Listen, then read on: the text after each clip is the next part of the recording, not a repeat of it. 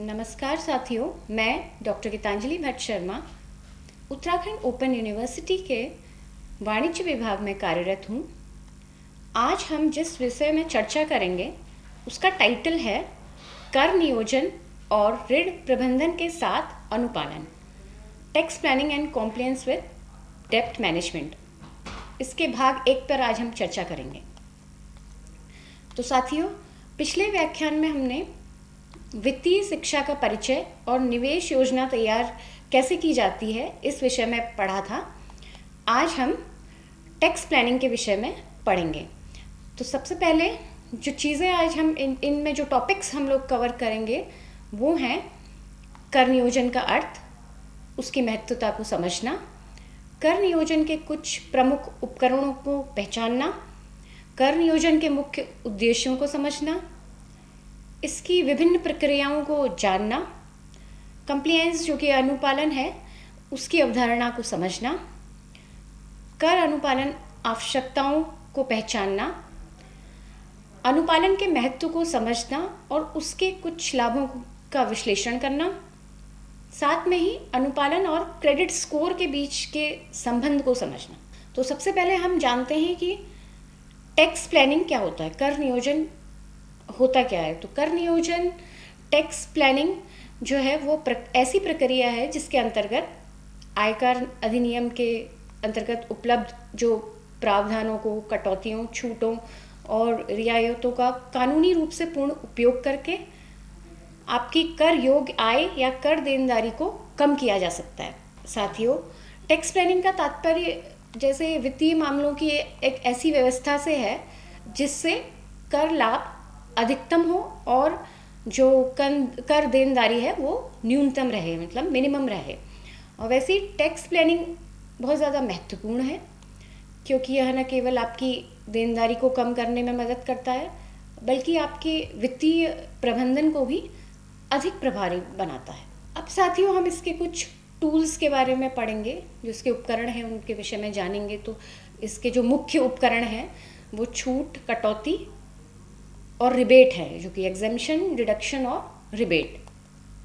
तो सबसे पहले छूट का अर्थ है कि आय के कुछ हिस्सों को पूरी तरह कर मुक्त कर देना, यानी उस हिस्से पर कोई भी टैक्स नहीं देना होता है। जैसे अगर हम उदाहरण लें तो एक वेतनभोगी कर्मचारी को मिलने वाला जैसे HRA है, जो हाउस रेंट अलाउंस है, आंशिक या फिर पूर्ण रूप से कर से मुक्त हो सकता है। उसी तरह कृषि से प्राप्त आय पर पूरी तरह से छूट दी जाती है। अगर हम सरल शब्दों में इसे समझें तो छूट का मतलब है कि आपकी जो कुल आय है, टोटल इनकम है, उसमें से कुछ आय पर बिल्कुल भी टैक्स नहीं लगाया जाता है, तो उसे छूट कहा जाता है। उसी तरह कटौती, जो कि डिडक्शन होता है, इसका अर्थ है कि कटौती कि आप अपनी आय से कुछ विशेष खर्च या निवेश को घटा सकते हैं। कटौती के बाद आपकी कर योग्य आय, जो टैक्सेबल इनकम है, वो कम हो जाती है। उदाहरण के लिए जैसे अगर हम उदाहरण लें तो धारा 80C में अगर हम जाएं तो जीवन बीमा प्रीमियम जो LIC है, PPF और ELASM, इस तरह से के जो निवेश पर जो अधिकतम कटौती का एक स्लैब होता है वो लिया जाता है। उसी तरह धारा अगर हम 80D की बात करें, सेक्शन 80D में स्वास्थ्य बीमा, जो कि मेडिकल क्लेम, उस पर भी प्रीमियम पर कुछ कटौती होती है। तो सरल शब्दों में हम ये कह सकते हैं कि कटौती से आपकी कर योग्य आय छूट जाती है, जिससे टैक्स क्या होता है, आपको कम देना पड़ता है। अब जो उसी तरह एक क्या है, रिबेट का मतलब देखिए सीधे टैक्स देनदारी, जो टैक्स पेबल पर छूट मिलना होता है। यह छूट आमतौर पर कुछ खास आय सीमा तक सीमित होती है। उदाहरण के लिए अगर हम धारा 87A की बात करें, सेक्शन 87A की, तो यदि आपकी कर जो योग्य आय है, टैक्सेबल इनकम है, 5 लाख तक है, तो आपको अधिकतम क्या रहेगा, 12,500 यानी 12,500 तक की रिबेट मिलती है। इसका मतलब है कि आपकी जो टैक्स देनदारी है वो भी शून्य हो सकती है। सरल शब्दों में जो रिबेट टैक्स की आखिरी रकम पर सीधी राहत देता है। अब हम बात करते हैं कि टैक्स प्लानिंग के जो कुछ मुख्य उद्देश्य हैं, ऑब्जेक्टिव्स हैं, वो हैं, सबसे पहला जो इसका उद्देश्य है कि करों में कमी, मतलब जो उसके रेट है उसमें कमी। टैक्स प्लानिंग का मुख्य उद्देश्य आयकर अधिनियम जो कि 1961 के अंतर्गत है, उसके अंतर्गत उपलब्ध जितनी भी जो कटौतियाँ, छूट, रिबेट और अन्य लाभों का उपयोग करके कर देनदारी की यथासंभव कम करना होता है। उसी तरह बचत में वृद्धि होती है, मतलब जो हमारी सेविंग है वो इंक्रीज़ होती है। जैसे टैक्स प्लानिंग का उद्देश्य अधिक से अधिक, आप लोग जानते हैं कि बचत करना होता है। इसके अंतर्गत व्यक्ति कटौती, छूट और प्रोत्साहन का भी लाभ लेकर अपनी बचत बढ़ा सकता है, ताकि उन पैसों को, जो भी है, उन पैसों को वित्तीय लक्ष्यों, निवेश और संपत्ति निर्माण की ओर निर्देशित कर सकते हैं। वहीं दूसरी ओर हम लोग नोटिस से बचाव, अवॉइड नोटिस। टैक्स प्लानिंग ये सुनिश्चित करता है कि कर अधिनियम के जो प्रावधानों का पालन हो, जिससे आयकर विभाग की ओर से नोटिस आने की जो संभावना है वो बिल्कुल कम हो जाए। तो उस तरह हम लोग बच सकते कि नोटिस के बचाव से बचा जा सकता है। वहीं इसका एक और उद्देश्य है, इससे एक वित्तीय स्थिरता प्राप्त होती है, जैसे फाइनेंशियल स्टेबिलिटी आती है। टैक्स प्लानिंग हम लोग सभी जानते हैं कि व्यक्तियों और व्यवसायों को अपनी कर देनदारी का उचित प्रबंधन करने में मदद करती है, जिससे जो दीर्घकालीन वित्तीय स्थिरता प्राप्त होती है। अब हम चर्चा करेंगे इसके कुछ चरणों के बारे में, स्टेप्स, जो कि टैक्स प्लानिंग के कुछ स्टेप्स हैं। देखिए, सबसे पहला इसका जो चरण है वो ये है कि वित्तीय स्थिति का आकलन करें। सबसे पहले एसेस करें जो फाइनेंशियल सिचुएशन है अपनी, जैसे हमारी जो आय है, खर्च है, निवेश है, देनदारी, सभी चीज़ें हैं, उसका अच्छी तरीके से अगर हम मूल्यांकन करेंगे तो उसमें हम अपनी टैक्स प्लानिंग को एक समझ के साथ कर सकते हैं। उसी ओर कर कानूनों को समझें, मतलब टैक्स लॉज को समझें, जैसे वर्तमान कर स्लैब जो जितने भी हैं, जो छूट है, कटौतियाँ और उपलब्ध लाभों की जानकारी के बारे में हर किसी को पता होना चाहिए। उसी तरह कर बचत, जो कर बचत है, साधन चुने, मतलब कि हम ऐसे टैक्स सेविंग इंस्ट्रूमेंट्स को चूज़ कर सकते हैं, जैसे ELSS होता है, इक्विटी लिंक्ड सेविंग स्कीम होता है, बहुत लोग इन चीज़ों के इसके बारे में अवेयर होंगे। PPF होते हैं आपके, पब्लिक प्रोविडेंट फंड होते हैं, और NPS होते हैं, नेशनल पेंशन सिस्टम। तो इन सारे ही इंस्ट्रूमेंट्स को हमने किस तरीके से, कैसे हमने इनको इंस्ट्रूमेंट्स को चूज़ करना है, कैसे कर बचत साधन को चुने, तो ये भी बहुत एक महत्वपूर्ण चरण माना गया है टैक्स प्लानिंग का, और कहाँ पे हमें निवेश करना है, तो ये इसका एक चरण है। उसी तरह आय और व्यय के समय की योजना भी बनाए, जैसे हम लोग मतलब प्लान करें टाइमिंग ऑफ इनकम की, एंड हमारे जो भी क्या हैं एक्सपेंसेस हैं, मतलब जितने भी आय और व्यय के जो भी है उसकी योजना को अच्छी तरीके से हम लोग बनाएं। तो कर देनदारी को अनुकूल बनाने के लिए जो भी आय व्यय को आगे बढ़ाएं, या फिर हम जो भी है उसकी चीज़ों को अच्छी तरीके से प्लान कर पाएँ, जो इनकम और एक्सपेंसेस की जो भी योजनाएं बनाई जाती हैं। उसी तरह अनुपालन सुनिश्चित करें और नियमित रूप से एक समीक्षा करें, मतलब कंप्लेंट्स को इंश्योर करें और उसे रेगुलरली रिव्यू करें।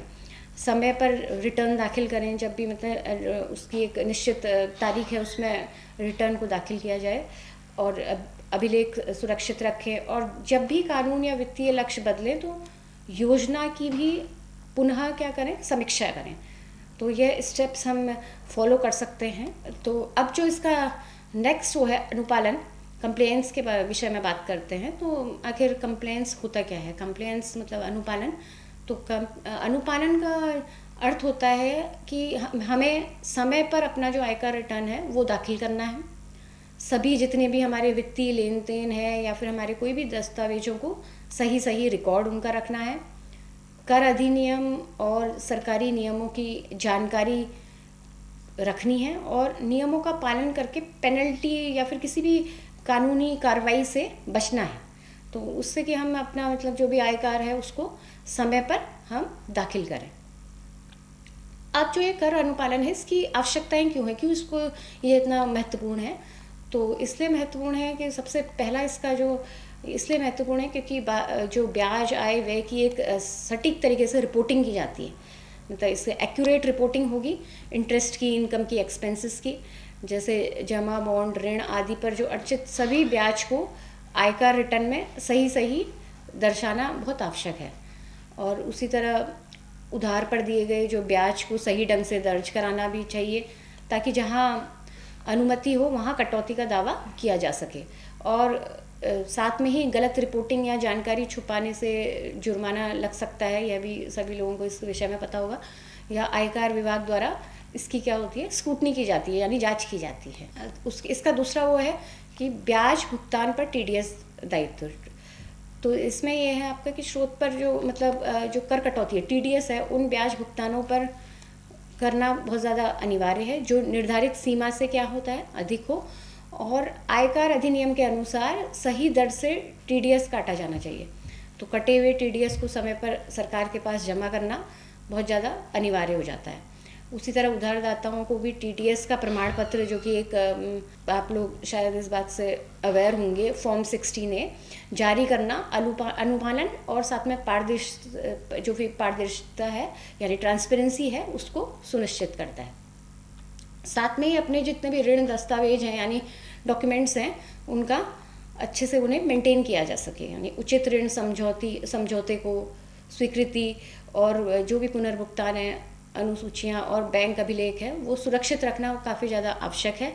और दस्तावेज कर ऑडिट या विवाद की स्थिति में साक्ष्य के रूप में कार्य करते हैं, और यह पूंजीगत व्यय और राजस्व व्यय के बीच में स्पष्ट अंतर को भी सुनिश्चित करता है।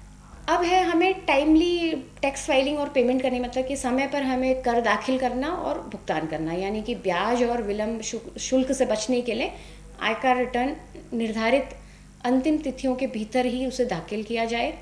और जो कि हम अग्रिम कर कहते हैं, एडवांस टैक्स और उसकी जो सेल्फ असेसमेंट कर, मतलब कि स्वयं मूल्यांकन कर जहाँ लागू हो समय पर उसे चुकाना आवश्यक है, यानी हमें सेल्फ असेसमेंट करके उसको जिस जगह पे वो जहाँ पर लागू हो रहा है उसे हमने आवश्यक रूप से उसे चुकाना है।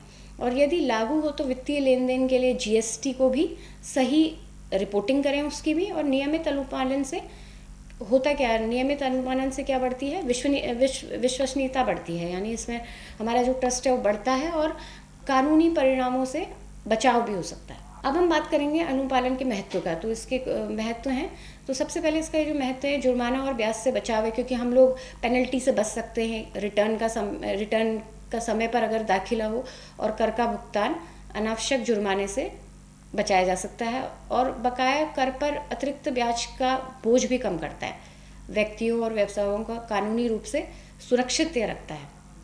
साथ में अच्छी ऋण योग्यता बनाए रखना जो है, मतलब हम अपनी मेंटेन करें क्रेडिट वर्दीनेस को, तो वित्तीय अनुशासन बैंकों और उधारदाताओं की नज़र में एक विश्वसनीयता बढ़ाता है और ऋण तक आसान पहुंच और बेहतर उधारी जो है वो शर्तें सुनिश्चित भी करता है, और समय के साथ एक मजबूत वित्तीय प्रतिष्ठा का निर्माण करता है। वहीं ये वित्तीय पारदर्शिता को बढ़ाता है, मतलब ट्रांसपेरेंसी को बढ़ाता है। उचित अनुपालन से स्पष्ट और सटीक वित्तीय अभिलेख तैयार होते हैं, और जिससे कि व्यवसाय को निवेशकों या हितधारकों का विश्वास बनाए रखने में काफ़ी मदद मिलती है।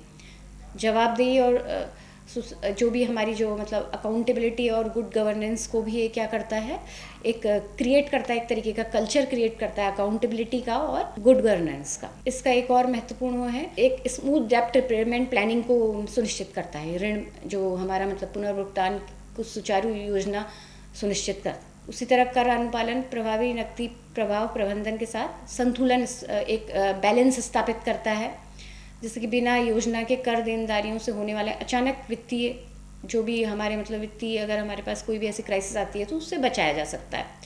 और दीर्घकालीन ऋण पुनर्भुगतान रणनीतियों को बिना किसी बाधा के साथ समर्थन देता है, यानी ये सपोर्ट करता है एक लॉन्ग टर्म डेप्ट रिपेमेंट की स्ट्रेटेजी को बिना किसी डिस्ट्रप्शंस के साथ। अब हम साथियों इस पे चर्चा करेंगे कि अनुपालन और क्रेडिट स्कोर के बीच में क्या संबंध है। तो इसके बीच के जो अगर हम रिलेशनशिप की बात करें, इसके बीच के जो संबंध की बात करें, तो ये नियमित ITR दाखिल करना वित्तीय अनुशासन सुनिश्चित करता है सबसे पहले, क्योंकि समय पर आयकर रिटर्न दाखिल करना यह दर्शाता है कि व्यक्ति या फिर व्यवसाय वित्तीय मामलों को गंभीरता से और अनुशासन से संभालता है।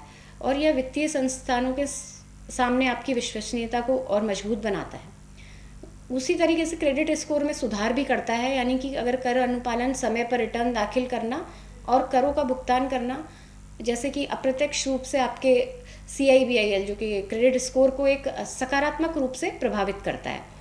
और जब आपकी किसी वित्तीय गतिविधियां पारदर्शी और नियमित रूप से रिपोर्ट होती है तो यह आपका भुगतान क्षमता को भी बढ़ाएगा।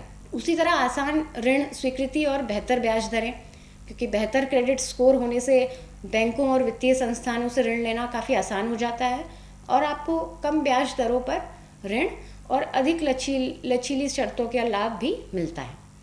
और वहीं अनुपालन न करने से ऋण आवेदन अस्वीकृत हो जाता है कई बार, या फिर ऊंची ब्याज दर कभी कभी चुकानी पड़ सकती है। तो अब हम इसके कुछ मुख्य पॉइंट्स को केंद्रित करेंगे कि जैसे कि टैक्स प्लानिंग कानूनी रूप से कर देनदारी को कम करती है और वित्तीय लक्ष्यों के साथ संतुलन भी स्थापित करती है। वहीं छूट, कटौती और निवेश का उपयोग बचत सुनिश्चित करता है तथा दीर्घकालिक स्थिरता भी प्रदान करता है। और अनुपालन के लिए समय पर रिटर्न दाखिल करना, सटीक जानकारी देना और उचित अभिलेख रखना बहुत ज़्यादा आवश्यक है, जिससे क्या रहता है, एक विश्वसनीयता बढ़ती है और जुर्माना से बचाव होता है। मजबूत अनुपालन वित्तीय अनुशासन को बढ़ाता है, आपकी जो क्रेडिट योग्यता है, क्रेडिट वर्दीनेस को सुधारता है और बेहतर शर्तों पर ऋण प्राप्त करना आसान बनाता है। तो साथियों, आज के इस लेक्चर में इतना ही।